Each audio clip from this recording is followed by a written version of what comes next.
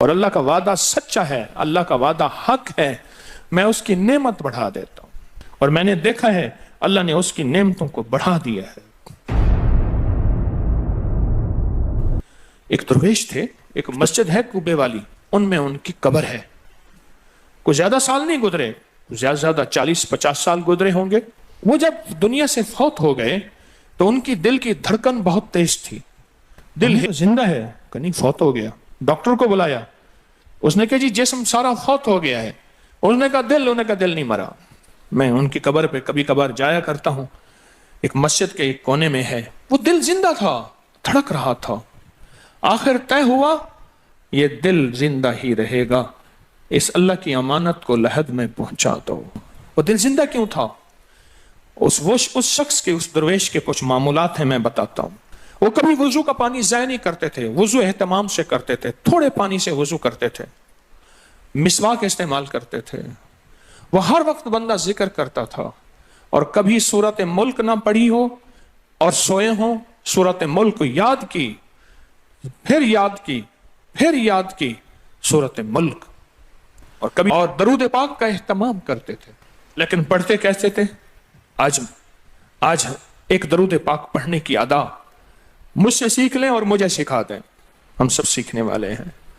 رسول اللہ صلی اللہ تعالی علیہ وسلم کا، میرے کملی والے کی اداؤں کا استحضار کرتے ہوئے، میرے حضور کی وفاؤں کا، میرے حضور کے احسانات کا، احسانات ساری کائنات کے جتنے بھی ہیں ان کے احسانات ہیں، میرے حضور کے جو احسانات ہیں ان سے بڑھ کے کوئی احسان نہیں۔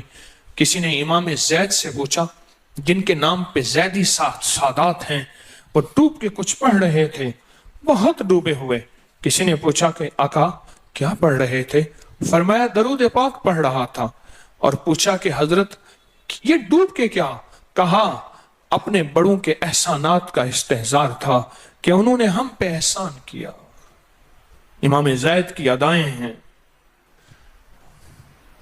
استحضار ہو ساری کائنات کے احسانات، لیکن جو احسان میرے کملی والے کا ہے وہ کسی کا ہو نہیں سکتا، جو احسان میرے آقا کا ہے وہ کسی کا ہو نہیں سکتا۔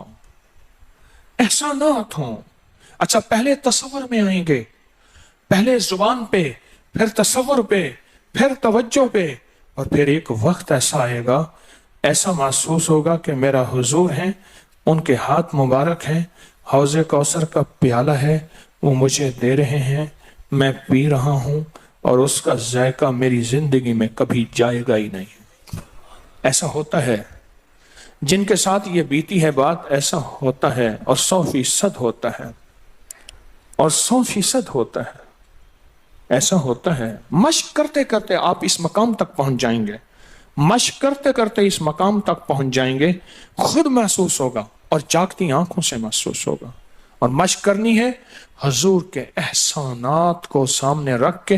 ایک تصویر تو درود پاک پڑھ لیا کریں زندگی میں، روز ایک، چاہے زندگی یعنی دن میں کسی وقت بھی صبح شام پڑھ لیں، بہتر ہے، ورنہ ایک تصویر ایسی جس میں حضور کے احسانات ہوں کہ یا رسول اللہ آپ کی برکت سے آج میری پیشانی سجدوں میں ہے، یا رسول اللہ آپ کی برکت سے آج میں آپ سے مانگنے والا، آپ کے رب سے مانگنے والا ہوں، اور اس کے غیر سے مانگنے والا نہیں ہوں۔ یا رسول اللہ آپ کی برکت سے میں قرآن کا حامل ہوں، سجدوں کا حامل ہوں، نماز کا حامل ہوں، اور آپ کی برکت سے یہ ملا مجھے نیکیاں، یہ عبادتیں، یہ سعادتیں، یہ راحتیں، یہ رحمتیں، یہ برکتیں، یہ خیریں ملی، یا رسول اللہ آپ کی برکت سے۔ ایک تصویر ایسی ہو جس میں میرے آقا کے احسانات کا سخت ترین تصور ہو، سخت ترین خیال ہو، اور سخت ترین استحضار، ایک تصویر ایسی ہو۔ اچھا، پہلے یہ تصور میں بات آئے گی، پھر تصور بڑھتا چلا جائے گا، پھر یہ تصور ترقی کی راہیں اختیار کرے گا، پھر یہ ترقی اور آگے بڑھے گی، بڑھتے بڑھتے ایک وقت ایسا آئے گا کہ احساس ہوگا کہ حضور سامنے تشریف فرما ہے اور میں آقا کے قدموں میں بیٹھا ہوں۔ آنکھوں سے، جاگتی آنکھوں سے جلوے نظر آئیں گے، جاگتی آنکھوں سے نقشے نظر آئیں گے، جاگتی آنکھوں سے دیدار مصطفیٰ نصیب ہو۔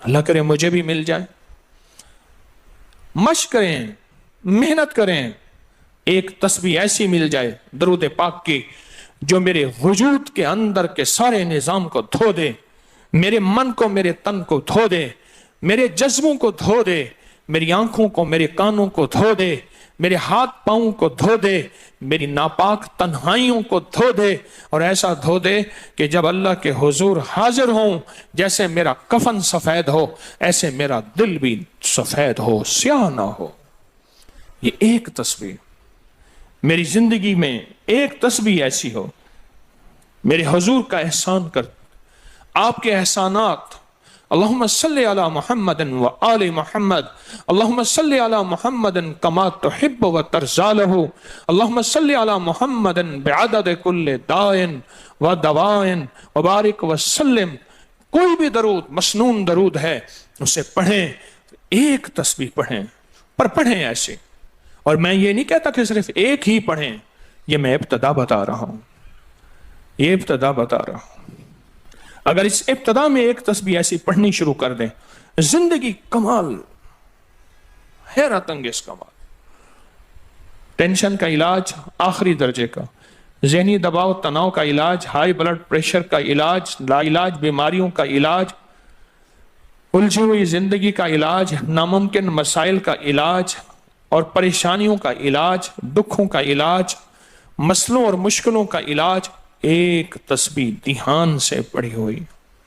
پھر ایک تسبیح کریں گے کیا, یہ فرشتوں کو ہدیہ کریں کہ میرے آقا کی بارگاہ میں پہنچائیں. نیک زمزم کی روحیں ان کو ہدیہ کریں, میرے آقا کی بارگاہ میں پہنچائیں. اور اللہ کے نیک ولیوں کو, صالحین کو ہدیہ کریں, اور نیک جنات کو ہدیہ کریں. ہاں, یہ ایک تسبیح ہدیہ کریں.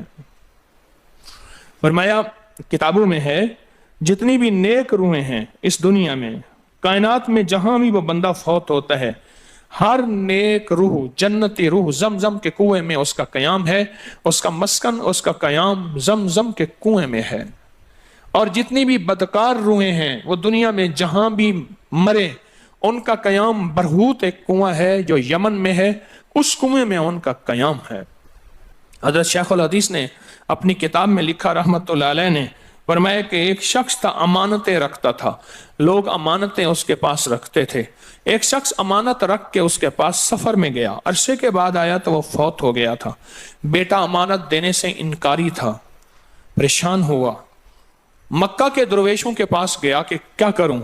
فرمایا رات کے آخری پہر میں زمزم کے کنویں پہ جا اور آواز دے اس شخص کو جو امانتیں رکھتا تھا, تجھے پہلی آواز میں جواب دے گا اور تجھے بتائے گا کہ تیری امانت کہاں ہے.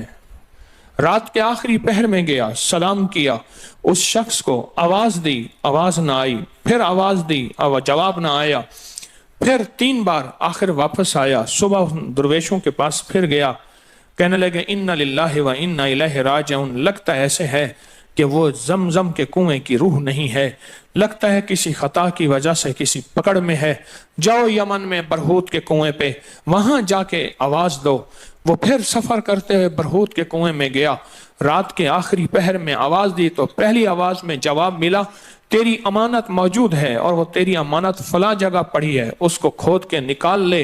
اور پوچھا آپ یہاں کیسے؟ کہا کہ بس کوئی عمل ایسا ہو گیا تھا جس عمل کی وجہ سے میں اس وقت بدکار روحوں کے ساتھ ہوں.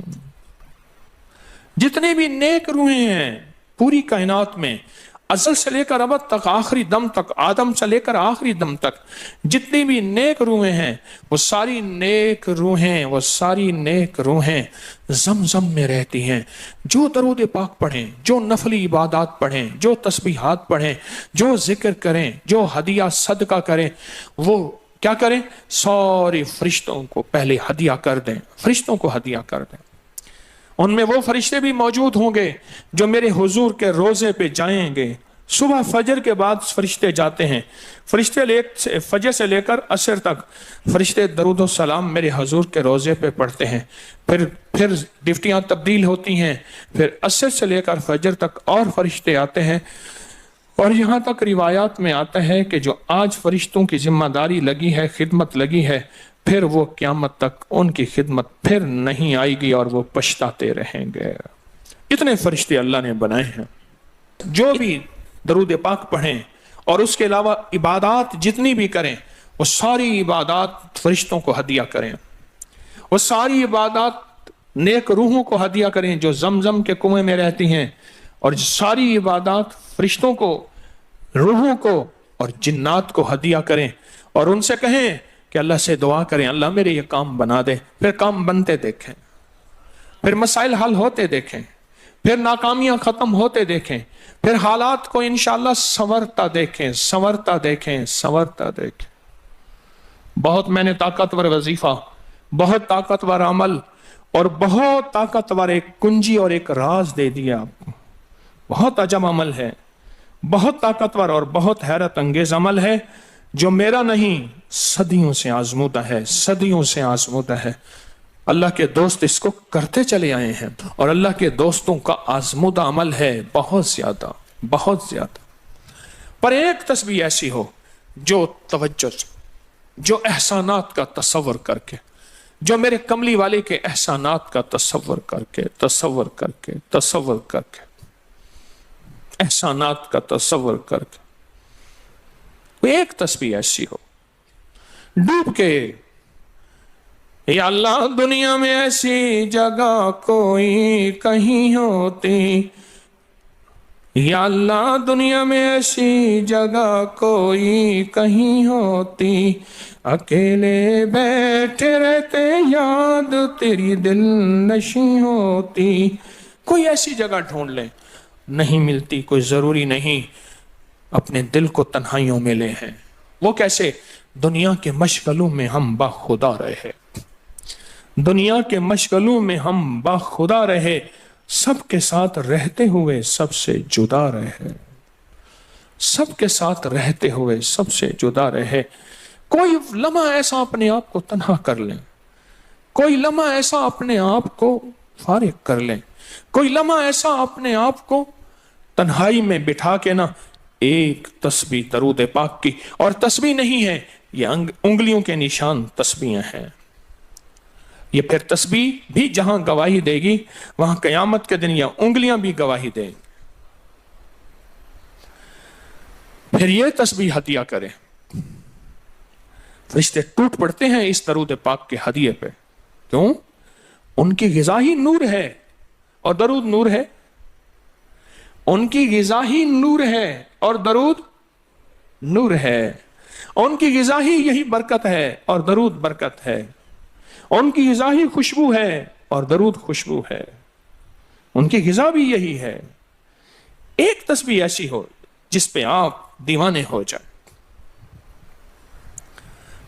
یہاں تک کہ بعض مشاہدات میں یہاں تک کہتے ہیں، دیکھنے والے اہل نظر کہتے ہیں کہ ایک تسبیح جو دھیان والی پڑھی اور فرشتوں کو مسلسل ہدیہ کیا، روحوں کو ہدیہ کیا اور جنات کو ہدیہ کیا، تو کچھ ہی عرصے میں فرشتے جاگتی آنکھوں سے نظر آنا شروع ہو جاتے ہیں، اور روحیں خواب میں آ کے شکریہ ادا کرتی ہیں، اور جنات جاگتی آنکھوں سے، جنات دیکھیں اللہ نے جنات کو اوجھل کر دیا، پردے دے دیے، روحوں کے سامنے پردے دے دیے، فرشتوں کے سامنے پردے دے دیے۔ فرشتے ہیں، میری آنکھ نہیں دیکھ سکتی، ارواح کا نظام، روحوں کا نظام ہے، میری آنکھ نہیں دیکھ سکتی، جنات کا نظام ہے، میری آنکھ نہیں دیکھ سکتی۔ اللہ پاک پھر پردے ہٹا دیتے ہیں، رخ سے پردے ہٹے، رخ سے پردے ہٹے، طور جلنے لگا، میرے ساقی کا مجھ پہ کرم ہو گیا، میرے ساقی کا مجھ پہ کرم ہو گیا۔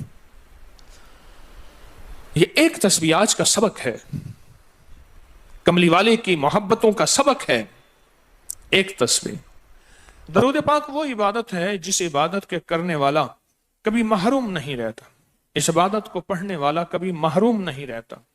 درود پاک وہ عبادت ہے، ہر عبادت کے لیے اخلاص کی ضرورت ہے، مخلص ہونا ضروری ہے۔ ہر عبادت کے لیے، ہر عبادت کے لیے اخلاص اور مخلص ہونا ضروری ہے، لیکن درود وہ عبادت ہے جس کے لیے مخلص ہونا بھی ضروری نہیں۔ اگر کوئی بندہ دکھاوے کی نیت سے درود پڑھتا ہے تب بھی قبول ہے، قبول ہے، قبول۔ لیکن مومن کبھی دکھاوے کی نیت سے پڑھ ہی نہیں سکتا۔ مومن کے اندر تو للہیت اور اخلاص ہوتا ہے اور اللہ کی رضا ہوتی ہے۔ مومن کبھی دکھاوے کی نیت سے درود نہیں پڑھتا۔